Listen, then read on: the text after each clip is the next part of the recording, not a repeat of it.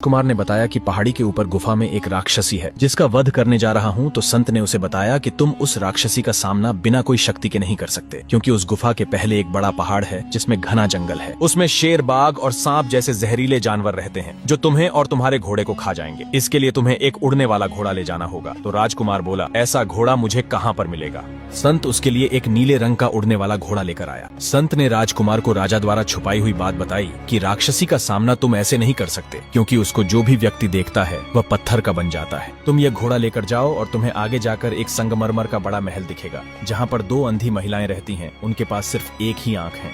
अंधी स्त्रियों के पास एक आंख होने के कारण वह दोनों एक साथ कुछ नहीं देख सकती थी। इसके लिए वह दोनों एक आंख को आपस में ले देकर इस्तेमाल करती थी। तब राजकुमार वहां से उड़ने वाले घोड़े पर बैठकर संगमरमर के महल के पास पहुंचा और द्वार पर गया, लेकिन दरवाजा खटखटाने की हिम्मत नहीं हुई। वह बगीचे में जाकर टहलने लगा। उधर शाम का खाना खाकर दोनों स्त्रियां बगीचे में टहलने के लिए आईं। उस समय बालक एक पेड़ पर चढ़कर बैठ गया ताकि स्त्रियां उसे देख न सके। वे दोनों बातें करती टहल रही थीं। जिस स्त्री के पास आंख थी वह ऊपर की ओर देखकर बोली कि राजा ने जो नया महल बनाया है यह तुम्हें देखना चाहिए। तो दूसरी स्त्री बोली, तुम मुझे आंख दो तो मैं भी देखूं। जैसे ही पहली स्त्री ने दूसरी स्त्री को आंख दी तो उसके हाथ से आंख जमीन पर गिर गई। तब मौका देखकर बालक उस आंख को उठा लेता है। तो दूसरी स्त्री बोली, तुम मुझे आंख देना नहीं चाहती, तुम सारा दृश्य अपने आप देखना चाहती हो। तो पहली स्त्री बोली, मैंने तो तुम्हें आंख दे दी। ऐसा करके दोनों बातों ही बातों में झगड़ने लगी। अंधी स्त्रियां हाथ जोड़कर गिड़गिड़ाने लगी कि जो कोई भी इस बगीचे में है वह हमें हमारी आंख वापस लौटा दे, इसके बदले वह हमसे कुछ भी मांग सकता है। तब वह राजकुमार पेड़ से नीचे उतरा और बोला, इस आंख के बदले मुझे तुम्हारे पास जो जादुई आईना है वो देना होगा, जिसमें मैं उस राक्षसी को देखकर उसका वध कर सकूं। तो स्त्रियों ने कहा, हाँ, हम तुम्हें वह जादुई आईना दे देंगे, किंतु तुम हमें हमारी आंखें तो लौटाओ। तब राजकुमार ने वह आंख उन स्त्रियों को लौटा दी। दोनों स्त्रियां अपनी आंख लेकर महल में चली गयी। कुछ देर बाद वह आईना लेकर उस राजकुमार के पास लौटी।